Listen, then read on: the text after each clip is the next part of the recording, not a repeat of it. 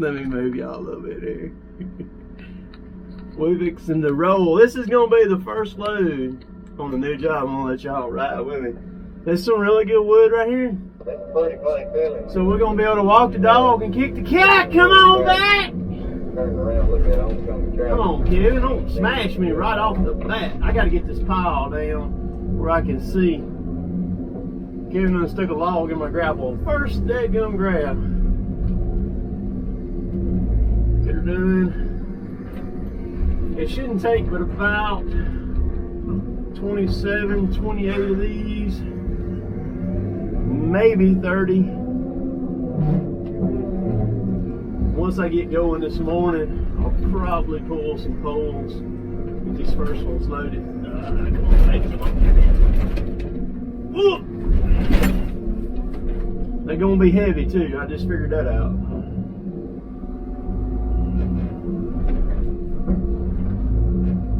Yeah, they're gonna be heavy. It may not take but 25 of these to make a load. Okay. Take me just a second or two to kind of get my bearings right. I hate it when a piles up like this and I can't really see. So I'm just gonna do the rest of this right here on a voiceover. I just went ahead and killed the sound on it. I want to talk about this camera right here that I'm using. This is the DJI Osmo camera. And a lot of times people watching the videos like this right here, they think that camera is actually moving around. It's not. What's happening is that is the image stabilization right there working on that camera. And you can see it really good in these clips, how the frame is moving. And this shouldn't be that. See how it just tilted to the left right there or whatever? The camera's not moving. That's just the image stabilization working. But that's a fault with this camera right here, this DJI Osmo. They need to work on that pretty bad, because I don't like using that camera in a moving situation like this right here on this or my tractor, because it's it's actually, the camera's kind of tilted to the left right now at about a 10 or 15 degree angle with it, because these people that build these cameras, I don't think they ever figured they would be used in a logging application like this right here. But I'm gonna tell you, it's a good camera, and I think they tried to go after GoPro, but I think they kind of half-heartedly done it, and I don't think they've gotten anything yet for GoPro. They got their work cut out for them, and GoPro, in my opinion, is still the go-to camera. There's another thing about this camera is inside the cab, the audio is pretty good, but like when you're outside, like when I'm on my tractor and running it on it, I don't like the way the audio sounds on it either. But you see that loader spinning and everything like it is right there is giving that camera teetotal fits. I don't know if they've got the image stabilization more designed for straightforward going forward, and when I'm going left to right, it's really throwing that thing off pretty bad. But anyhow, well, that's a whole nother deal. But y'all can see right here, the sun is teetotally freaking killing me. I'm telling you, I couldn't see nothing in that pile. And a lot of times when I'm loading, that's the situation that I have to deal with. And so I have a hard time seeing Kevin.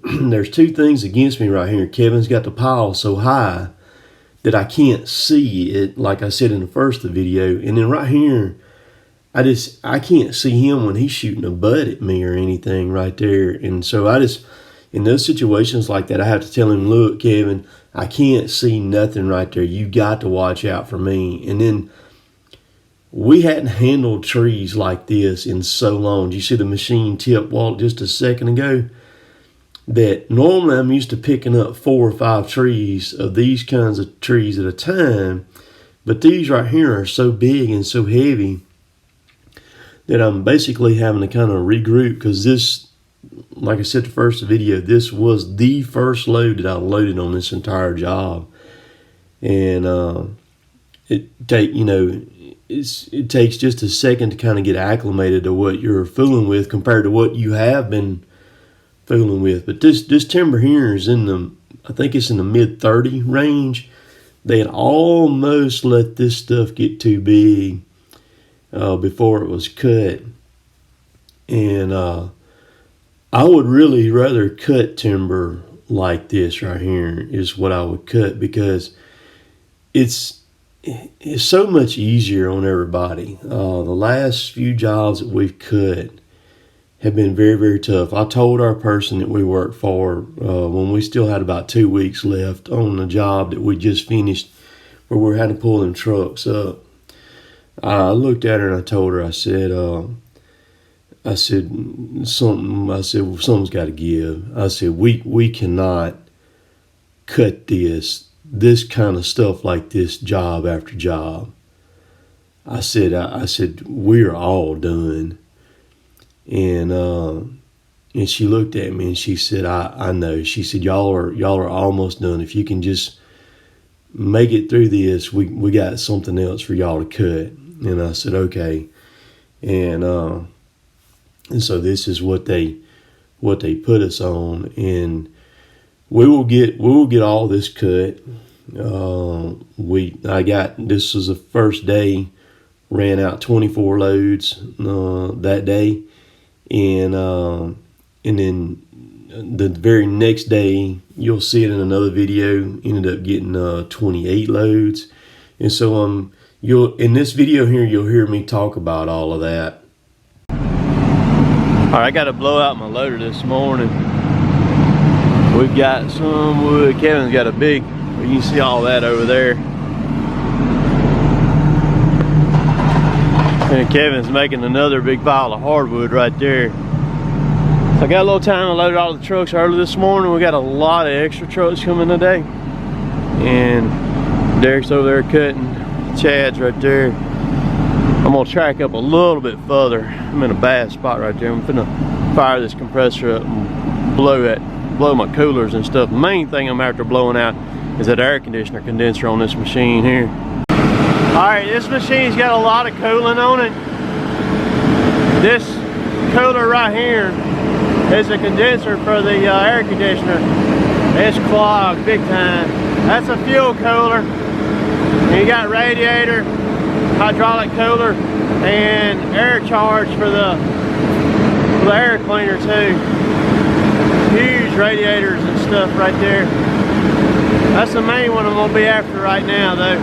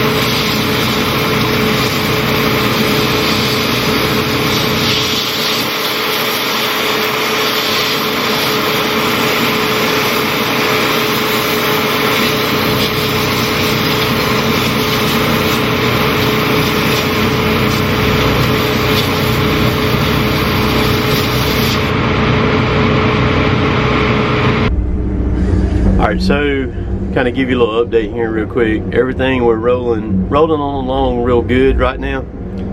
I've been loading out of this pine over here all morning. Kevin ran hardwood all morning. Got a monster pile of hardwood over there. I have loaded 11 loads. That's what's showing on the thing right there. I know you can't see it. It's 9:40 right now, 9:49 actually. And so we will I've had one extra truck coming in so far today, and I've got 4 more supposed to be here, extras. So we'll see what the end of the day kind of tallies out, but ought to end up being a pretty good number day for us, and so we'll see here in a little bit. All right, we're about to eat now.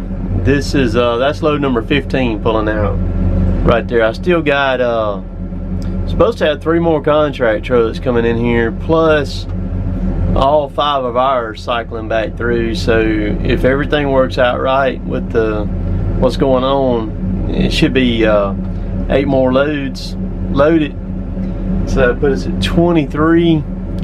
But the problem right now is the day's Thursday. I'm not sure when y'all are going to watch this video. Day's Thursday and the mills are dropping like flies. What's happening is a lot of them have got plenty of wood, full of wood, so they're shutting down. Some of them's got mechanical problems and stuff like that. They're working on stuff or got something broke.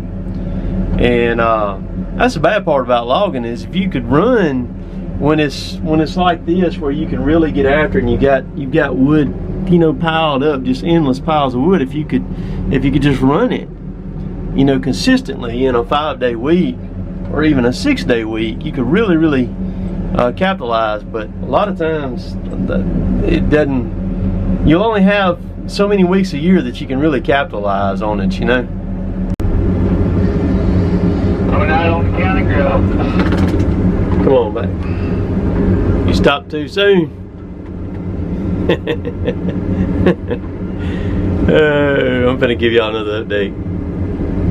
Alright, so this load right here that I'm fixing to load, it is 141 right now, and this load here is going to be number 20 for the day.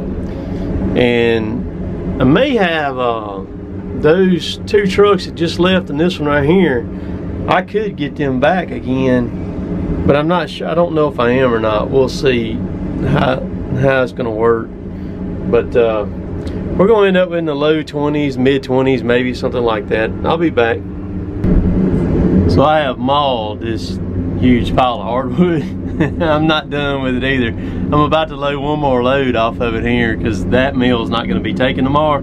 We got some good news a while ago. The mill that was going to be down because they were working on the crane actually got that crane back going today. They come in there and worked on it today, got it back going. So they're going to take wood from us tomorrow, which is really good, because that is going to be huge right there. So I'm going to go ahead and throw this hardwood on and get it gone, because I've got over another load laying here right now. So I'll take all the longer stuff over here on the left, and I'll work it on the side, the bottom and the sides, and then those shorter pieces, I'll work them in the middle and fill it in. All right, so you can see I ended up loading 24 today. That's what I loaded. We need to be at 25. It's what we need to be at, and I really want to be in the low 30s.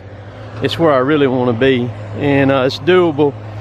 Derek can cut it, no problem. Chad can skid it, no problem. Kevin can, you know, run it, no problem. Process it and unload it. But it's going to take us probably another day or 2 to get the trucks sorted out, because it's hard to just all of a sudden say, okay, I need this many trucks, and you kind of gotta because every job's a little bit different. And so we'll get in the low mid 30s. I think we can, if things work out, I think we can hit some 40 load days here too. So we'll see. So removing 1,000 loads, when you start running those kind of numbers like that, you can really cover some ground quick. So 1,000 loads for us is doable any amount of time that we've got allotted to get this right here. We just got to have a few things work out. I think the Millport mill is going to take tomorrow, so that's going to be really good for us. Hey Tim, it's Brad from South Haven, Michigan. Later, taters.